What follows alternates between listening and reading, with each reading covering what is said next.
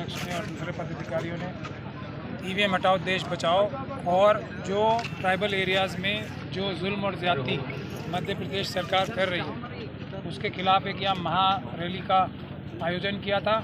पूरे देश में जो ईवीएम हटाओ का जो आंदोलन है उसको अब गोंडवाना की जनता लीड करेगी, यहाँ की ट्राइबल कम्युनिटी लीड करेगी। इसके लिए आज मैं यहाँ आया था और एक आपने देख लिया आज यहाँ हज़ारों की भीड़ इस बात की गवाह है कि देश का संविधान बचाने के लिए ट्राइबल कम्युनिटी देश के सभी नागरिकों से आगे रहेगी और किसी भी हालत में किसी भी कीमत पे ईवीएम हटाएगी और देश बचाएगी। Thank you. चलिए भाई थोड़ा साइड में हो जाइए, रास्ता छोड़ दो, किनारे हो जाइए। चलिए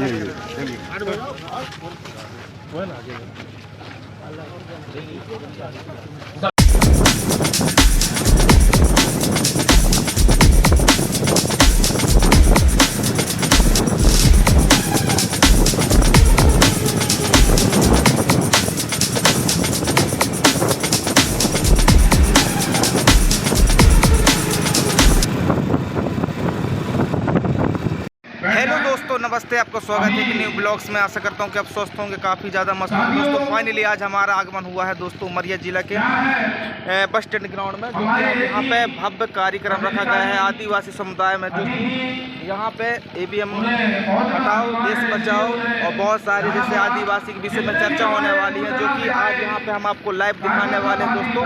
तो सारी जानकारी आपको इसी वीडियो में देने वाले। फटाफट हमारे वीडियो चैनल को सब्सक्राइब कर लीजिए, नोटिफिकेशन करना भूलें ताकि मैं कोई वीडियो अपलोड करेगा आप तक पहुंच सकेगा।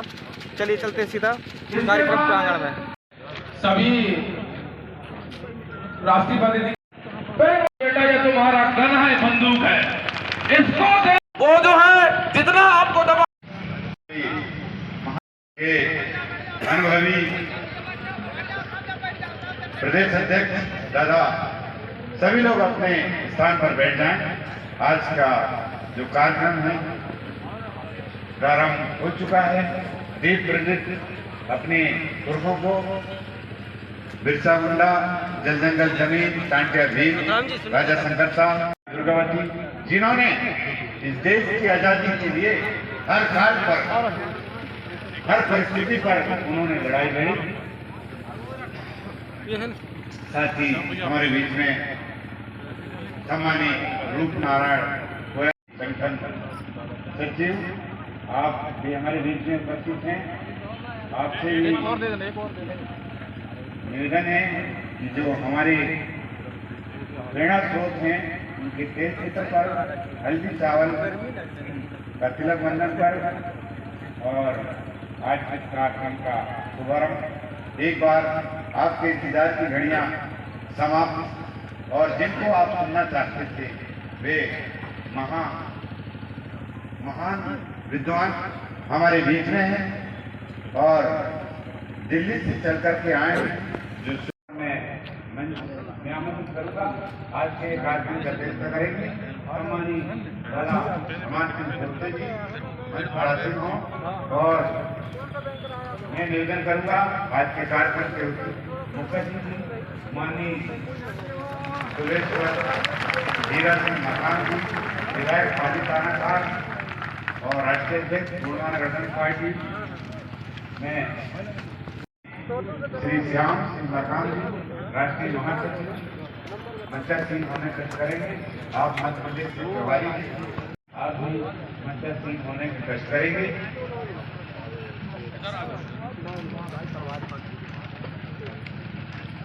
हमारे बीच और साथ ही मातृशक्ति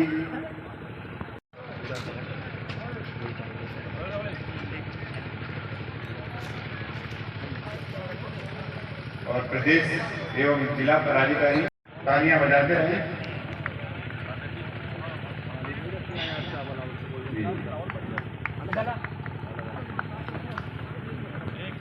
कोर्ट सीनियर गायक उनका हल्दी चावल से और पुष्पमाला से उनका स्वागत करेंगे। मैं निवेदन करूंगा खिलाफ जितेंद्र सिंह मरावी जी पीछे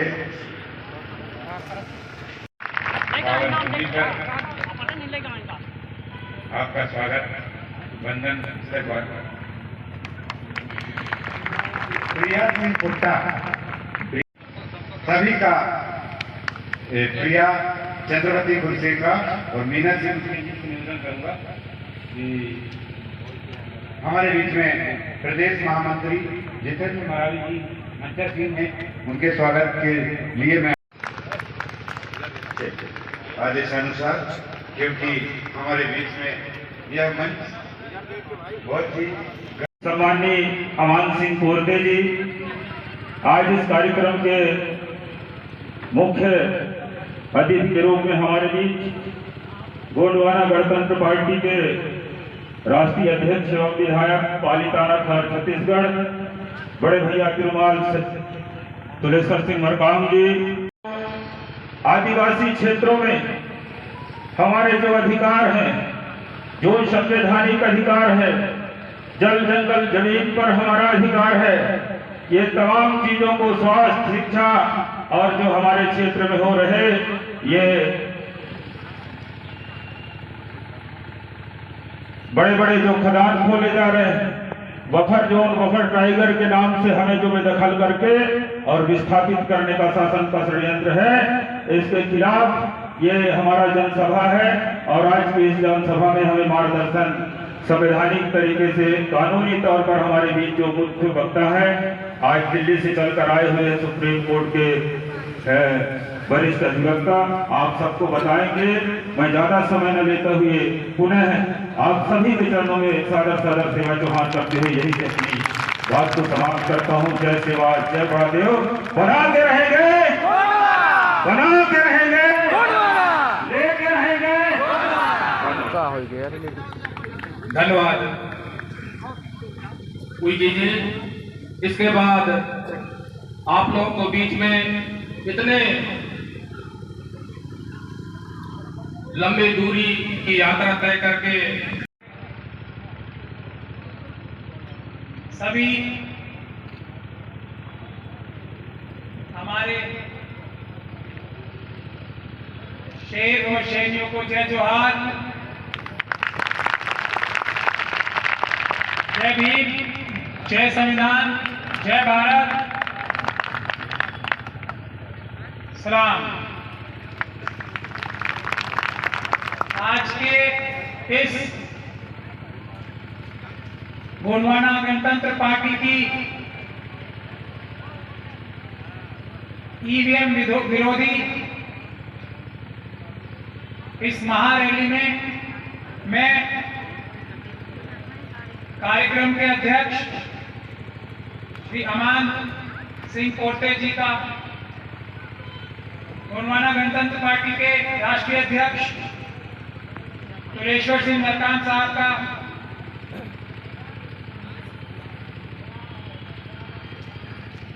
इरफान मलिक साहब का, श्याम मरकाम साहब का,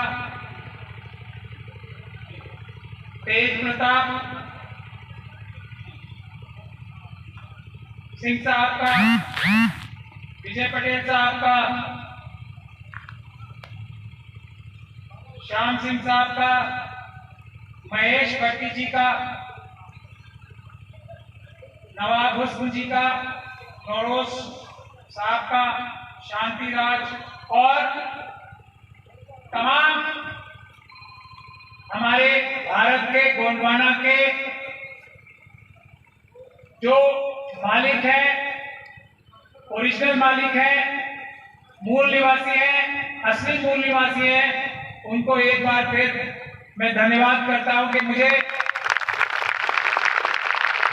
आप लोगों ने बुलाया और जो लड़ाई हम बाबा साहब डॉक्टर भीमराव अंबेडकर के संविधान के लिए लड़ रहे हैं, बचाने के लिए, उसकी सबसे महत्वपूर्ण कड़ी जो है वो है आज देश के नागरिकों का, आपका, हमारा, सबका वोट जो है, जो बाबा साहब डॉक्टर भीमराव अंबेडकर ने एक वोट का अधिकार हमें देके इस देश का बराबर का मालिक बनाया था, वो इन ईवीएम की मशीनों द्वारा ईवीएम की हमारी वोट चुराने वाली मशीनों द्वारा जो चुराया जा रहा है, उसका बिगुल आज आदिवासी समाज की ओर से, गोंडवाना प्रदेश की ओर से, गोंडवाना के बहादुर सिपाहियों के जरिए आज उठा दिया गया है। ये बिगुल, आज ये बिगुल बजा दिया है। तो मुझे पूरा भरोसा है कि अब दुनिया की कोई ताकत भारत में बैलेट पेपर से चुनाव रोक नहीं सकती। आपके मताधिकार को कोई शक्ति अब चुरा नहीं सकती, ऐसा मुझे पूरा विश्वास और भरोसा हो गया। हम लोगों ने, मैंने और बहुत सारे हमारे दूसरे साथियों ने 5 जनवरी 2024 से आप सभी लोगों की और देश की जनता की आवाज पे एक ईवीएम हटाओ देश बचाओ, ईवीएम हटाओ लोकतंत्र हटाओ और बैलेट पेपर वापस लाओ नामक एक बड़ा जन आंदोलन खड़ा किया था। सरकार ने, आरएसएस ने, बीजेपी ने, चुनाव आयोग के मुख्य आयुक्त राजीव कुमार जी ने, इन सभी लोगों ने साजिश करके पुलिस प्रशासन के बल पे, अदालतों पे दबाव बना के और दूसरे सभी संस्थानों पे दबाव बना के उसे कुचलने की कोशिश की और उसमें वो कुछ हद तक कामयाब भी हो गए। हमारे बहुत सारे साथी हमें छोड़ के चले गए, लेकिन हमने अदालत की लड़ाई और सड़क की लड़ाई छोड़ी नहीं। अब जब हरियाणा में चुनाव का ऐसा रिजल्ट आ गया, अब जब मध्य प्रदेश में ऐसा रिजल्ट आ गया, तो पूरे देश की आंखें खुल गई कि हाँ, महमूद प्राचा जो बात कह रहे थे, जो दूसरे साथी हमारे कह रहे थे, देवासायन साहब, बीसी को जस्टिस कोल से पाटिल साहब, प्यारेलाल गर्ग साहब, रितु सिंह, पूरे देश से दूसरे प्रभाकर परकला साहब, राजू पुरलेकर साहब, ये सभी जो मुट्ठीभर साथी हम बच गए थे, ये बात जो कह रहे थे कि हाँ, ये आरएसएस और बीजेपी चुनाव नहीं जीतती जनता के वोटों से, ये ईवीएम के जरिए से चुनाव जीतती है। इस देश में ईवीएम के पीएम हैं मोदी जी, जनता के पीएम नहीं है। ये बात लोगों के समझ में आ गई। आपके प्रदेश में और आपके पड़ोसी प्रदेश में आपकी पार्टी ने भी चुनाव लड़ा था। आपको क्या अंदाजा लगा अब कि आपका जो चुनाव में प्रदर्शन है वो कमजोर क्यों हुआ? इन चोरी की मशीनों से। वरना आज ये जुल्म और अत्याचार आपके ऊपर इतने नहीं हो रहे होते। आपके राष्ट्रीय अध्यक्ष के साथ साथ दूसरे भी लोग एमएलए बनके असेंबली में होते। आपके प्रदेश के चीफ मिनिस्टर जनता के चीफ मिनिस्टर नहीं है, वो ईवीएम के चीफ मिनिस्टर है, यादव साहब। उसी तरीके से महाराष्ट्र में फडणवीस साहब जनता के सीएम नहीं है, वो ईवीएम के सीएम है। हरियाणा में सैनी साहब जनता के सीएम नहीं है, वो ईवीएम के सीएम है। हम लोग जब ये महाराष्ट्र का चुनाव भी आ गया, हमने पॉलिटिकल पार्टी से बहुत गुहार लगाई, कांग्रेस से, बाकी सभी ऑपोजिशन पॉलिटिकल पार्टी से, इंडिया गठबंधन से, और उनके लीडर्स तैयार भी हो गए कुछ हद तक। लेकिन उसके अंदर, हर एक पॉलिटिकल पार्टी के अंदर आरएसएस के जो एजेंट घुसे हुए हैं, उन लोगों ने अपने लीडर्स को, अपने नेताओं को गुमराह किया और गुमराह करने के बाद हमसे उन्हें दूर किया और ईवीएम के आंदोलन को कमजोर किया। महाराष्ट्र के चुनाव के बाद, हरियाणा के चुनाव के बाद भी हमने पूरी ताकत लगाई कि किसी प्रकार से ये पॉलिटिकल पार्टीज हमारे इस ईवीएम विरोधी आंदोलन में आ जाए, लेकिन ये लोग नहीं आए।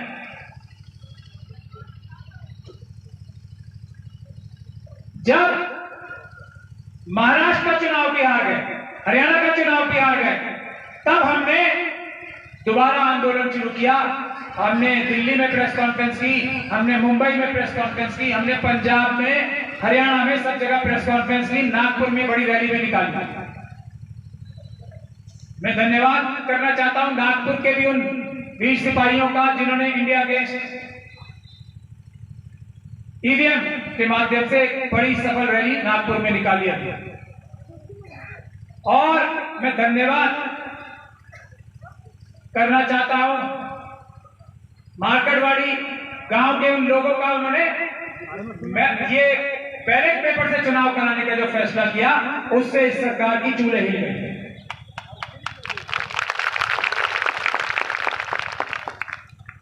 लेकिन अभी तक ऑपोजिशन की पॉलिटिकल पार्टीज को होश पूरी तरीके से नहीं आई है, थोड़ा थोड़ा सा समर्थन करना शुरू कर दिया हमने।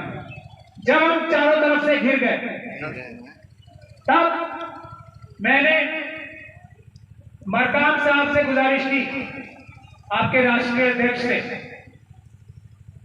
कि ये लड़ाई सिर्फ वो ही लड़ सकते हैं जो ऊपर वाले के अलावा किसी से डरते ना हो, जो बहादुर हो, जो ज्ञान रखते हो, जो देश को बचाने के लिए अपनी जान भी कुर्बान कर दे सकते हैं। मैंने गुजारिश की मरकाम साहब से कि ये ईवीएम का आंदोलन आप यहां गोंडवाना से शुरू कीजिए, यहां से जो चिंगारी उठेगी वो फिर दबेगी नहीं, रुकेगी नहीं। और मरकाम साहब ने और आप सभी लोगों के सहयोग से आज ये वादा पूरा कर दिया। ये जो आज विशाल जनसमूह है, ये हम लोग आपसे वादा करते हैं, ये देश बचाएगा, ये बाबा साहब का संविधान बचाएगा इन मनुवादियों से, आरएसएस के लोगों से और बीजेपी के लोगों से। अब ये आंदोलन रुकने वाला नहीं है। अब ये एक वोट का अधिकार मैं आपके परिप्रेक्ष्य में बताना चाहता हूं, यह महत्वपूर्ण क्यों है। मैंने पहले भी आपको बताया था जब मैं पिछली बार आया था, इस देश के मूल मालिक, सबसे पहले मालिक आप लोग हो। बाकी सभी लोग बाद में आए हैं और आप लोगों के मेहमान हैं। ये बात मैं पूरी जिम्मेदारी के साथ कहता हूं। और आप ही लोगों का हक सबसे ज्यादा सभी लुटे जा रहे हैं। ये हम नहीं होने देंगे, किसी हालत में नहीं होने देंगे, किसी कीमत पे नहीं होने देंगे। लेकिन ये होगा जब आप ये ईवीएम का आंदोलन भी अपने कंधों पे उठाओ। आपसे ज्यादा मजबूत कंधे इस देश में नहीं है। ट्राइबल्स और शेड्यूल कास्ट कम्युनिटी से ज्यादा मजबूत कंधे इस देश में किसी के नहीं।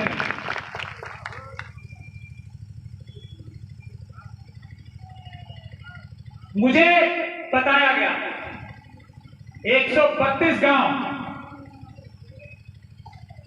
में गैर कानूनी तरीके से आपका हक अधिकार छीना जा रहा है, आपको वहां से निकालने की चेष्टा हो रही है। यह पूरी तरीके से गैर कानूनी और गैर संवैधानिक है। कोई आपको संवैधानिक रूप से वहां से नहीं निकाल सकता। यह चोरी और बेईमानी से जो कोशिश हो रही है, इसे आपको भी रोकना पड़ेगा और हमें भी रोकना पड़ेगा। आपको सड़क पे लड़ाई लड़नी पड़ेगी संवैधानिक रूप से, और हम लोग अदालतों में लड़ाई लड़ेंगे। जरूरत पड़ी तो सुप्रीम कोर्ट तक जाएंगे, लेकिन आपको वो 132 गांव खाली नहीं करने। आपके पास तो दादा मरकाम के चश्मे चिराग है ना, ये दादा की तरह ही लड़ाई लड़ने को तैयार है। आप सब लोगों के भरोसे पे आप लोग लड़ोगे क्या इनके साथ लड़ाई?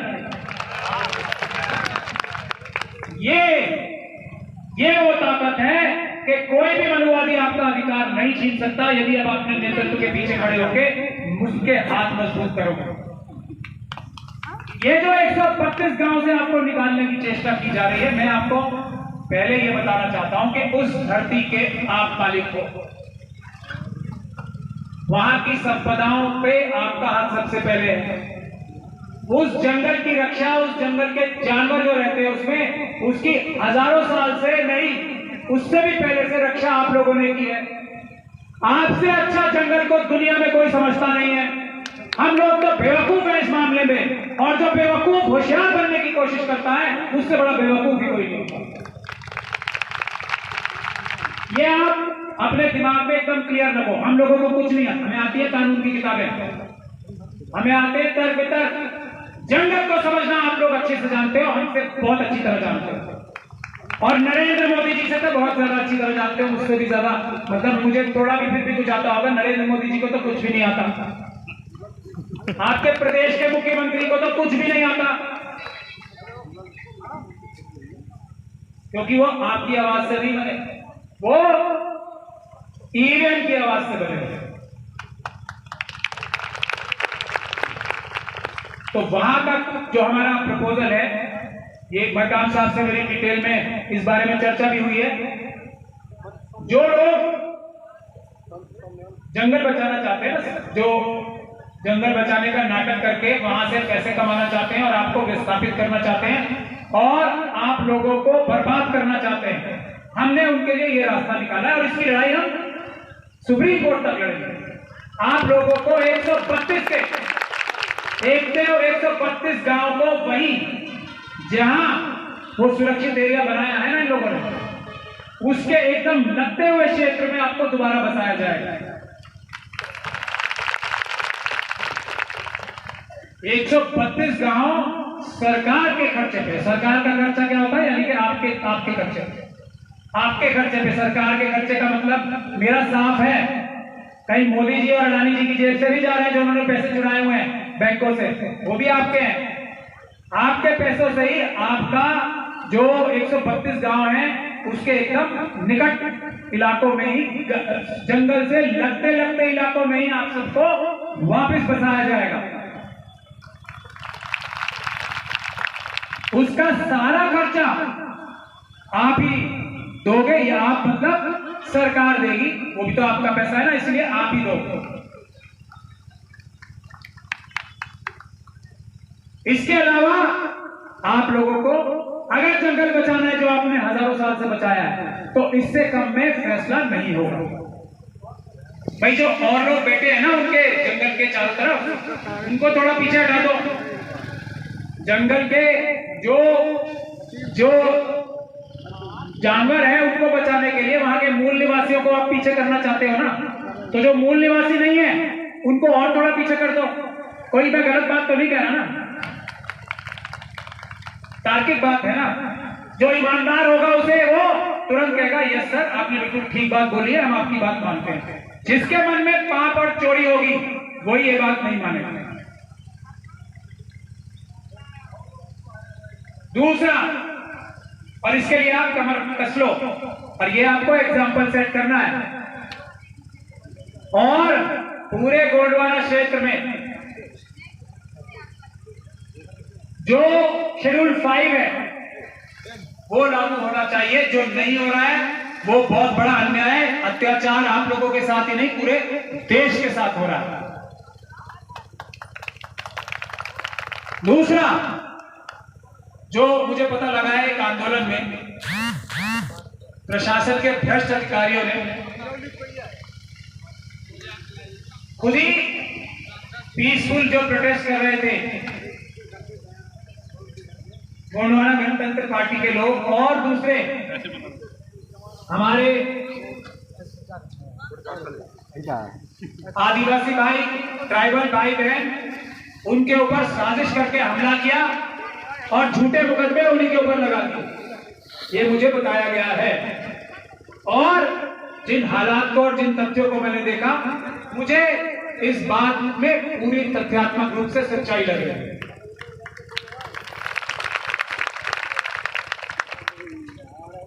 उसका मतलब सिर्फ और सिर्फ एक होता है। इस प्रकार की गैर कानूनी पुलिस की बर्बरता भरी कार्रवाई का मतलब एक होता है कि आपकी एकता को तोड़ा जाए, आपके आंदोलन को तोड़ा जाए, आपके अधिकारों को छीनने के लिए। क्या ये आप होने दोगे?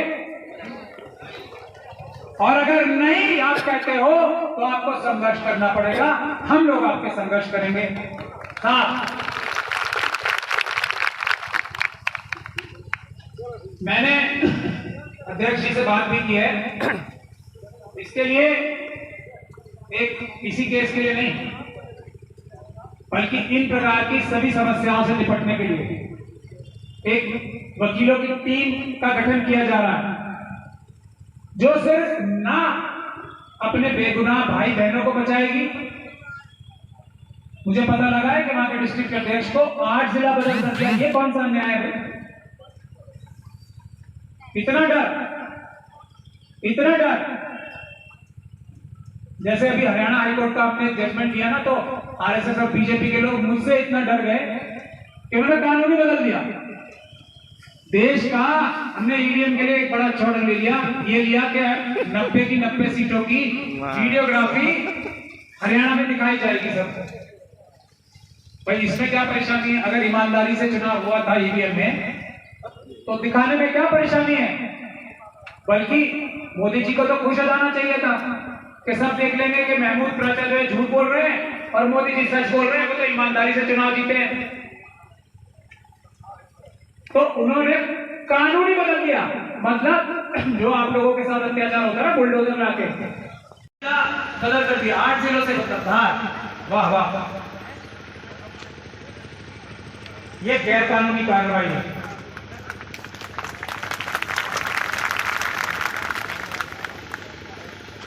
पूर्णतः गैर कानूनी कार्रवाई। ये इस बात की गवाह है कि आप लोग और हम लोग मिलकर अपने सभी बेगुनाहों को न सिर्फ छुड़ाएंगे, लेकिन उससे भी महत्वपूर्ण बात है, ये प्रशासन के अधिकारी ध्यान से सुनने बात, ये जो अत्याचार हो रहा है ना, आपका मतलब कोई लॉ एंड ऑर्डर सुधारना नहीं है। ये बात हम लोग अच्छी तरह से समझते हैं।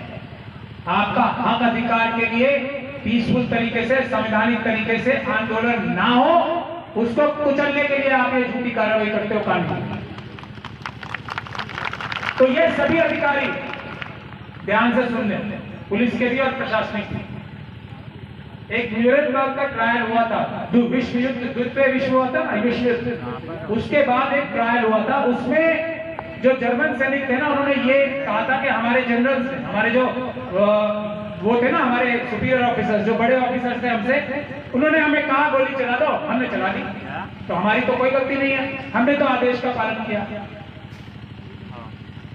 उन सभी जो अधिकारी थे ना, उनको सबको सजाएं नहीं, फांसी की भी सजा हुई जहां जहां हत्याएं हुई। उससे भी महत्वपूर्ण बात यह है कि ये न्यूरेमबर्ग ट्रायल्स का जो विधान तय हुआ था ना, वो पूरी दुनिया में लागू होता है, भारत में भी लागू होता है।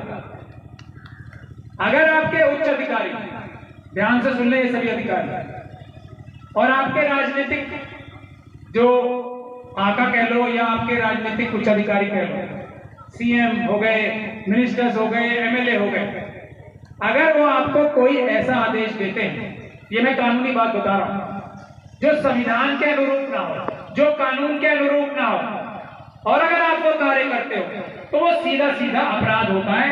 आप ये नहीं कह पाओगे कि मुझे ऊपर से आदेश हुआ था और मैंने अपराध कर दिया। ये आपका बचाव नहीं है, नहीं है, नहीं है। तो आपको सजा होगी। आप लोग बंधे हुए हो सरकारी अधिकारी, ये देश की जनता के, इन लोगों के हमारे नौकर होते हैं। और नौकरी करने की सबसे पहली कंडीशन है, आप संविधान के दायरे में काम करोगे, कानून के दायरे में काम करोगे, किसी की बात सुन के काम नहीं करोगे, किसी की भी कोई हो, उतना आदेश मानोगे जो संविधान और कानून सम्मत हो, वरना आप अपराध करोगे। अपराध करोगे तो जेल जाओगे, नौकरी जाएगी। बाबा साहब के मानने वाले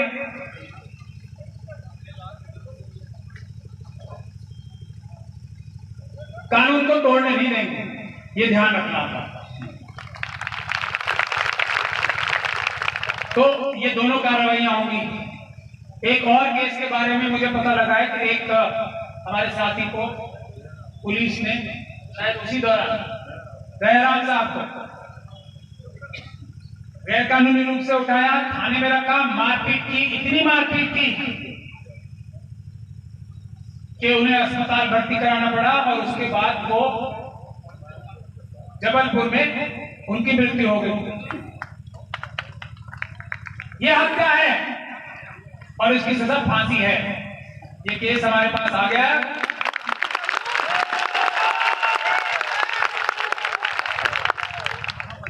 ये हत्या है और इसकी सजा फांसी है।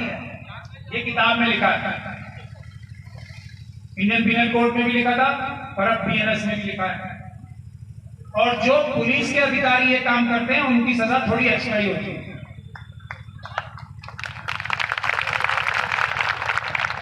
मुझे ये पता लगा है कि उसमें कोई मजिस्ट्रेट की इंक्वायरी भी हुई है, अभी कागजात मेरे पास नहीं आए।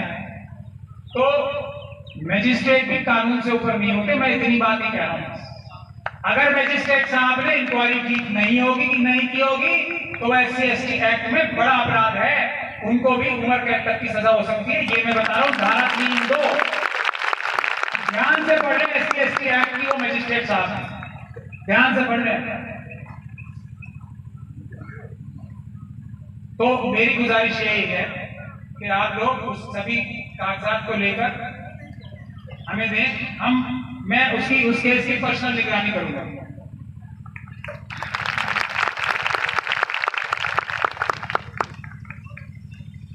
हाथरस की बच्ची के साथ भी जो हुआ था ना, बहुत सारे लोग भूल गए थे उसे, हम नहीं भूले। तो अब वो उसके केस के जो उसी के परिवार की वकील थी वो भारतीय जनता पार्टी ने रखवाई थी और वो उसको केस हरवा के उन लोगों को बरी करा के भारतीय जनता पार्टी ज्वाइन कर लिया।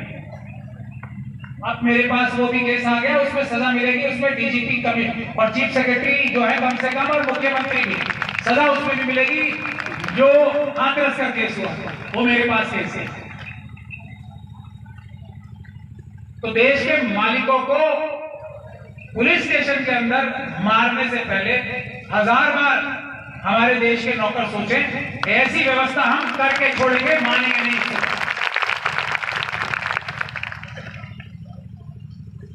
दो विषय और हैं उसके बाद, क्योंकि मुझे जाना है दिल्ली में कल बड़ी। अब आप लोगों से ऊर्जा लेके हम लोग पूरे देश में आंदोलन कर रहे हैं, केसेस भी बहुत सारे करने हैं। ये मध्य प्रदेश के कांग्रेस के लीडर्स ने बहुत बड़ी गलती की। अगर वो भी इलेक्शन पिटीशन डाल देते तो हम कम से कम 100 से 125 सीटों पे चुनाव मध्य प्रदेश में भी दोबारा करा देते। लेकिन कांग्रेस पार्टी के लीडर्स की ये सरासर गलती थी और उसमें सबसे बड़ी गलती उनकी थी जो आरएसएस और बीजेपी से मिले हुए थे। उन्होंने ये ईवीएम के विरुद्ध केसेस नहीं करवाए। तो हमें उस लड़ाई में जाना है, देश बचाने के लिए, संविधान बचाने के लिए। आप लोग मशाल यहां जलाए रखना, क्योंकि हम आपकी मशाल की रोशनी देख के वहां से हम हिम्मत पाएंगे और लड़ाई जारी रखेंगे। ये मैं आपसे गुजारिश करके जा रहा हूं। सरकार साहब से भी गुजारिश कर रहा हूं कि जब हम थक जाएंगे ना, जब हमें थोड़ा अकेलापन महसूस होगा, तो हम यहाँ गोंडवाना को याद करेंगे कि वहां हमारे बहादुर साथी लड़ रहे हैं। हमें चलना नहीं है, हमें आगे बढ़ना है। तो ये ईवीएम की लड़ाई को आप एकदम जारी रखना। एक दो विषय और हैं, उसके भी अध्यक्ष जी से मेरी विस्तार में चर्चा हुई है। पहला है, मैं पहले भी एक बार बता के गया था, लेकिन उसमें फॉलोअप ज्यादा हो नहीं पाया। अब हम उसको पूरी ताकत से फॉलोअप करेंगे। और ये यहाँ के प्रदेश के जो ईवीएम के मुख्यमंत्री हैं वो भी इस बात को सुन लें। अधिकारियों से मैं गुजारिश करूंगा कि उनको एक पैगाम हमारा पहुंचा दें। एक होता है SC/ST सब प्लान। प्रदेश के बजट में शेड्यूल कास्ट जो लोग हैं उनकी संख्या के हिसाब से और शेड्यूल ट्राइब जो लोग हैं उनकी संख्या के हिसाब से प्रदेश के बजट में जो बजट है, और वो सिर्फ और सिर्फ शेड्यूल कास्ट और शेड्यूल ट्राइब समाज के ऊपर ही खर्च हो सकते हैं। और खर्च होने का मतलब ये नहीं है कि सड़क बना दी और बोल दिया कि ये तो आपके गांव से जा रही है, गोंड समाज के गांव से जा रही है, हो गया ना। वो सब नहीं, सड़क का तो इस्तेमाल सब करते हैं। सिर्फ और सिर्फ आप लोगों की भलाई के लिए, आपकी पढ़ाई लिखाई के लिए, आपके लिए हॉस्टल बनाने के लिए, आपके लिए हॉस्पिटल बनाने के लिए, आपके लिए छात्रवृत्ति देने के लिए कि दुनिया में कहीं भी जाके पढ़ो, आपके लिए कोऑपरेटिव्स बनाने के लिए। तो SC/ST सब प्लान का हम केस डालने वाले हैं और आप लोगों को ईवीएम के साथ साथ ये भी आंदोलन करना है। इससे ये होगा कि 80 के दशक में अगर एक साल में कोई पैसा बजट का खर्च नहीं हुआ ना आपका, जो आपका पैसा है, तो वो बचा हुआ पैसा, अब किसी भी सरकार ने तो कभी कुछ खर्च ही नहीं किया, तो सारा का सारा पैसा अगले साल जाता है, फिर अब पिछले 2 सालों का तीसरे साल, और ऐसे बढ़ता जाता है। अब वो मध्य प्रदेश में शेड्यूल कास्ट और शेड्यूल ट्राइब लोगों का पैसा इतना आपका बकाया है, और मैं ये कोई मोदी जी की तरह झूठा वादा नहीं कर रहा हूं, मैं तथ्यात्मक रूप से बात कर रहा हूं और मैं केस डालने वाला हूं इसका। तो हर एक परिवार का कम से कम 1 करोड़ रुपया तो पक्का 100% 100% आपका जमा है। सिर्फ आपको आंदोलन करके और हमें केस करके वो लेना है आपके बैंक अकाउंट में। ये पहला विषय है। ईवीएम के साथ साथ आपको इस काम के लिए भी गांव-गांव में संघर्ष करना है। ये SC/ST सब प्लान का पैसा जो बाबा साहब डॉक्टर भीमराव अंबेडकर आप लोगों के लिए देके गए, वो चुराया जा रहा है, वो हम चोरी है, वो हम उसको बर्दाश्त नहीं करेंगे। हम केस डाल के वो 1-1 करोड़ रुपया कम से कम, जब आप कुछ और जगह खर्च नहीं कर सकते तो सीधा सीधा पैसा दे दो।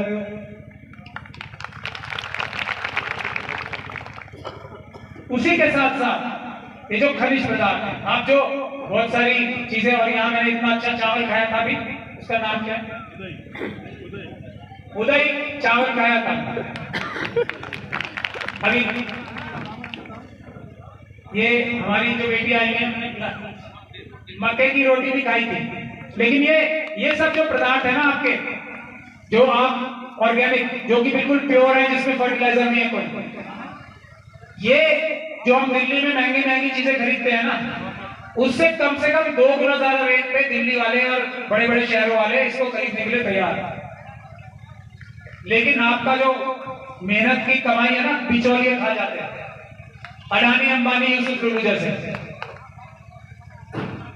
वो नहीं हो तो और बड़ी चोरी कर रहे हैं अभी आरोप में, जो उन जैसे दूसरे हैं ना, वो मरुवादी मानसिकता के लोग, वो खा जाते हैं। तो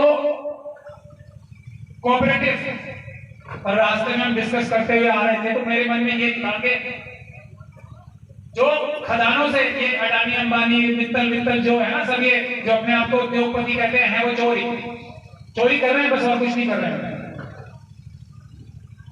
कोला चोर, बॉक्साइट चोर, गैस चोर, क्या क्या चोर, पता नहीं कितना चोर। अब तो ये वोट चोर है ना, वोट से ही सभी की चोरी कर रहे हैं। जमीन चोर, जंगल चोर, जल चोर, क्या क्या चोर, क्या क्या बताऊं, जल जंगल जमीन तीनों चोर।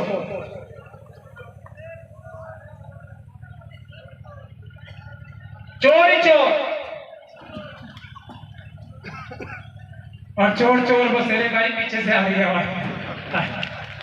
तो ये जो आपका SC/ST सब प्लान का, आपके गांव गांव के अलग अलग बड़े बड़े कोऑपरेटिव्स बनाएंगे, और ये कोयला निकालने का काम, पावर प्लांट लगाने का काम, स्टील बनाने का काम, दूसरे उद्योग लगाने का काम आपके अपने कोऑपरेटिव से होगा, और आप ही लोग उसका प्रॉफिट कमाएंगे।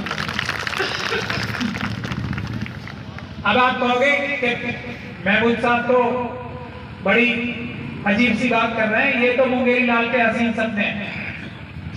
जब मैं कोई बात कहता हूं ना, बाबा साहब भी जब कोई बात कहते थे तो लोग ऐसे ही उनका मजाक उड़ाते। दादा मरकाम साहब ने एक काम किया ना, आपकी आंखों के सामने है, पैसा एक लाया, भले उस पर अमल नहीं हो रहा, लाया ना, आपकी आंखों के सामने लाया, तो ये उनके सुपुत्र बैठे हैं। ये छोटा मोटा मैं भी अम्बेडकरवादी हूं, हम दोनों वादा कर रहे हैं आप सब लोगों का अगर इसमें साथ है तो कोऑपरेटिव बनाएंगे। हमें बैंक से लोन की भी आवश्यकता नहीं पड़ेगी, क्योंकि हमारा SC/ST सब प्लान का जो पैसा है ना वो हम कोऑपरेटिव में लगाएंगे। आप लोग मालिक बनोगे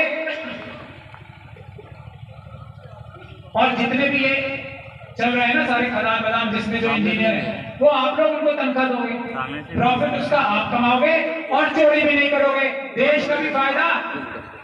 क्योंकि ये सब लोग तो 90% कोला चुराई लेते हैं ना, दिखाते तो ये 10% ही है, ये तो है ही बेईमान। आप तो 90 का 90% कोला अगर निकालोगे 100% तो 100% से बिजली बनाओगे। चोर तो हो नहीं आप, अडानी अंबानी यूसुफ लुलू और पता नहीं कितनी जैसे। तो देश का फायदा, पर्यावरण का।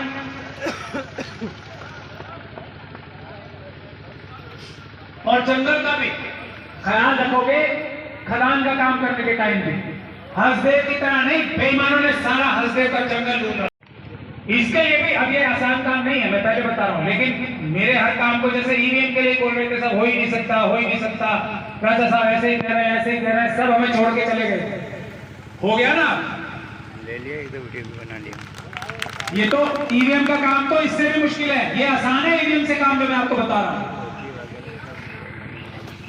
तो ये 3-4 महत्वपूर्ण कार्य हैं जो हम सबको मिलकर करने हैं।